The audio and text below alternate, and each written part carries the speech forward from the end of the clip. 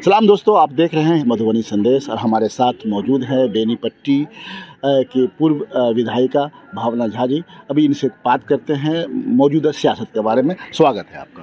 नमस्कार शाहिद भाई। मैम, लोकसभा चुनाव का तारीख भी ऐलान हो चुका है और बहुत जल्द होना भी शुरू भी हो जाएगा, नामांकन का भी। लेकिन अभी तक मधुबनी की हम बात करें अगर मधुबनी जिला की, तो खासकर जो महागठबंधन जिस पार्टी से आप आती हैं, अभी महागठबंधन में आप हैं, अभी तक जो है महागठबंधन के उम्मीदवार का ऐलान नहीं हुआ है। पहला तो जनता भी जानना चाहती है कि आजकल चल रहा है, अब तक हालांकि कई अफवाह भी चल रही है, कुछ लोगों का नाम भी आ रहा है, सच्चाई क्या है इसके अंदर? देखिए, ऐलान हमको लगता है बहुत जल्दी जो इंडिया अलायंस है उनके प्रत्याशी की घोषणा हो जाएगी। जहाँ तक मैं समझती हूँ कि शायद आरजेडी ने यहाँ से मोहम्मद अली अशरफ फातमी जी का नाम फाइनल किया है, जैसा सुनने में आ रहा है। और जिस किसी पार्टी को यहाँ पे चुनाव लड़ने का मौका मिलेगा, कहीं कांग्रेस के ही किसी कद्दावर नेता को मिले, या आरजेडी जो फातमी जी के बारे में कह रहे वो आए, या और भी जो कोई आरजेडी के बहुत सारे लोग हैं, कोई आए, हम लोग मिलजुल के चुनाव। तो मैम एक बात जानना चाहेंगे, आप कांग्रेस की विधायिका रही हैं, कांग्रेस मधुबनी की बात किया तो मधुबनी कांग्रेस का सीट रहा है, आरजेडी को बहुत मुश्किल का सामना करना पड़ा, फिर भी कामयाबी नहीं मिली, इससे पहले भी देखा होगा आपने। तो फिर जो इंडिया अलायंस के बारे में बात कर रहे हैं या महागठबंधन के बारे में बात कर रहे हैं, मधुबनी से कांग्रेस को उतारने में क्या प्रॉब्लम है? नहीं, मधुबनी लोकसभा क्षेत्र कांग्रेस की एक परंपरागत सीट पूर्व में रह चुकी है, और हम लोग हर बार लोकसभा चुनाव में उम्मीद करते हैं कि ये सीट कांग्रेस को दी जानी चाहिए। यहाँ बहुत अच्छे अच्छे उम्मीदवार सब हैं। मैं समझती हूँ कि कांग्रेस को भी अगर ये सीट दी जाए, और तो पूर्व में जो यहाँ से सांसद हमारे रहे थे डॉक्टर शकील अहमद साहब, उन्होंने घोषणा की है कि अब वो कोई भी लोकसभा विधानसभा चुनाव नहीं लड़ेंगे। लेकिन पार्टी दबाव देगी तो लड़ते ना वो।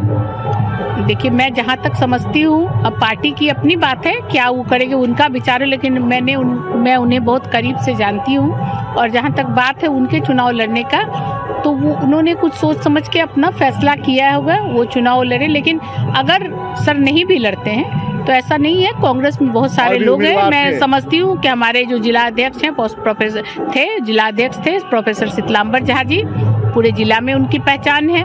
मधुबनी लोकसभा से चुनाव लड़ने के में पूरी तरह सक्षम थे वो। अच्छा मैम, लोकसभा चुनाव है, अगर जिस तरह से दावा कर रही है बीजेपी कि हम 40 सीट जीतने जा रहे हैं, तो क्या लग रहा है आपको कि आप जो महागठबंधन या इंडिया अलायंस है, ये क्या हाशिए पर रहेगी क्या? नहीं, चुनाव से पहले सभी पार्टी दावा करती है, लेकिन कौन कितने पानी में है ये तो चुनाव होने के बाद ही पता चलती है। कि जनता का मूड लोग समझ नहीं पाता है, जनता किस करवट उठ बैठेगा वो तो चुनाव के समय ही फैसला करती है। तो आप बताएं कि जिस तरह के आपने बताया कि अगर आरजेडी को ही जाती है सीट, तो फिर क्या लग रहा है कि आरजेडी में अशरफ अली फातमी का नाम इसने बताया, अगर आप वो सही हो जाता है, सच हो जाता है कि वो आते हैं यहाँ से, क्या लग रहा है कि पूरे दमखम के साथ सारी पार्टियाँ मिलकर, महागठबंधन की पार्टियाँ मिलकर के जो है वो कामयाब कराने की कोशिश करेगी? देखिए, कांग्रेस से किसी को मिले, आरजेडी से फातमी साहब को ही मिले, या किसी और को मिले, बहुत सारे आरजेडी में भी लीडर है। हाँ। मैं समझती हूँ कि समीर महासेठ जी भी बहुत उपयुक्त उम्मीदवार हैं यहाँ से आरजेडी के। तो कोई भी, फैयाज साहब तो खुद राज्यसभा सांसद हो गए, लेकिन कोई भी पार्टी के किसी भी नेता को मिले तो महागठबंधन पूरे तन मन धन से उनके लिए काम करेगी। अच्छा, एक बीच में डॉक्टर शकील साहब के बारे में भी चर्चा में थी कि कांग्रेस ने इसको फंसा रखा है, मधुबनी के सीट को। कांग्रेस कह रही है कि हमें चाहिए सीट, लेकिन आरजेडी वाले खासकर लालू यादव के बारे में वो नहीं देना चाह रहे हैं। तो फिर ऐसा क्या हुआ कि शकील साहब को नहीं दिया गया, या कांग्रेस के नाम पर नहीं दिया गया और फिर आरजेडी को दे दिया गया? नहीं, आरजेडी को पिछली बार नहीं मिला था। पिछली बार जो है ये सीट वीआईपी पार्टी को बद्री पूर्वे जी को मिला था। आरजेडी को भी पिछली बार मिला रहता, कोई सीनियर लीडर यहाँ से चुनाव लड़ते, तो मैं नहीं समझती हूँ कि डॉक्टर शकील साहब को ज़रूरत पड़ती चुनाव लड़ने के लिए। ये उनके समर्थकों का दबाव था, हम लोग का दबाव था। जहाँ तक खुल के मैं भी सस्पेंड हुई थी उस चुनाव में, मुझे थोड़ा सा भी अफसोस नहीं है कि एक ऐसे आदमी के लिए और ऐसे एक पार्टी को बचाने के लिए हम लोगों ने काम किया कि हमको लगता है 90% जो कांग्रेसी थे वो डॉक्टर शकील साहब के साथ चुनाव में खड़े थे, जिसका नतीजा निकला कि इंडिया में सबसे ज़्यादा निर्दलीय चुनाव लड़ने वाले में से वोट इनको 1.5 लाख के करीब वोट आया था। तो पिछली बार ये वीआईपी को गई, इस बार भी आरजेडी को सुन रहे हैं, हो सकता है कांग्रेस को चली जाए।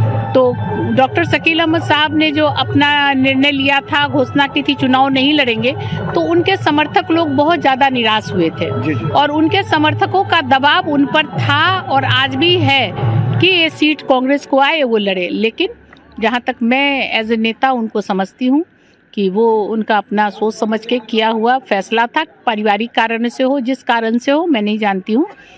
तो डॉक्टर शकील अहमद साहब बहुत सोच समझ के जो निर्णय लेते हैं वो पीछे हटने वाले नहीं है। हाँ, अब पार्टी का कोई दबाव आ जाए तो वो तो कोई भी हम आप कोई टाल नहीं सकते हैं। अच्छा, जिस तरीके से अभी ईडी कार्रवाई कर रही है, केजरीवाल जी को ले गए, फिर क्या लग रहा है? वो मुख्यमंत्री थे, बाद में उन्होंने रिजाइन दिया है, क्या लग रहा है, क्या चल रहा है इस हिंदुस्तान में, खासकर बिहार पे भी इसका असर होगा?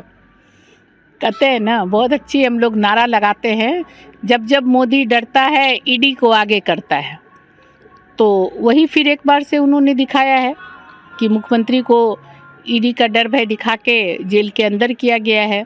मैं समझती हूँ कि हमारे मुख्यमंत्री माननीय नीतीश कुमार जी को भी कहीं ना कहीं उन्होंने डर दिखाया, जिसके कारण जो है जिन्होंने शपथ लिया था कि मिट्टी में मिल जाएंगे, फिर से भाजपा में नहीं जाएंगे। आखिरी सवाल, क्या लगता है आपको कि बिहार में भी ईडी का छापा पड़ेगा इलेक्शन से पहले? जो भाजपा का बात नहीं मानेंगे, मोदी जी की बात नहीं मानेंगे, उनके ऊपर ईडी का छापा पड़ जाता है। तो जहां आपको लग रहा है कि ईडी का छापा पड़ा है, समझिए कि उनके ऊपर कहीं दबाव था, ईडी का छापा पड़ रहा है, आगे भी पड़ता ही रहेगा। आप जो बोल रहे हैं ये बात, डरती नहीं है आप कहीं आप पे ही पड़ जाए? भावना झा किसी से नहीं डरती है, मैं सच के साथ रहती हूँ और अपने मन की करती हूँ, मुझे डर नहीं लगता है किसी से। नहीं, आप मोदी जी के बारे में बोल रहे हैं ना? अरे तो क्या हुआ? सब कुछ उनका है, ईडी उनका है, सीबीआई उनका है, सब कुछ उनका है। करे सच का बात लोग नहीं कहेगा, सच बात नहीं कहेगा, सच के आगे झुक जाए। कि आप देखिए ना कहाँ कहाँ ईडी का छापा पड़ रहा है और किनके साथ क्या हो रहा है। अच्छा, एक आखिरी सवाल, चलते चलते आप बता दीजिए मुझे कि फील्ड में घूमती भी आप हैं, क्या लग रहा है इस बार का लहर क्या है? मोदी लहर और फिर आप लोगों का महागठबंधन, क्या लग रहा है कि लोगों में क्या अब जो अंधभक्त जिसको बोलते हैं, बदलाव हुआ है कुछ इसमें?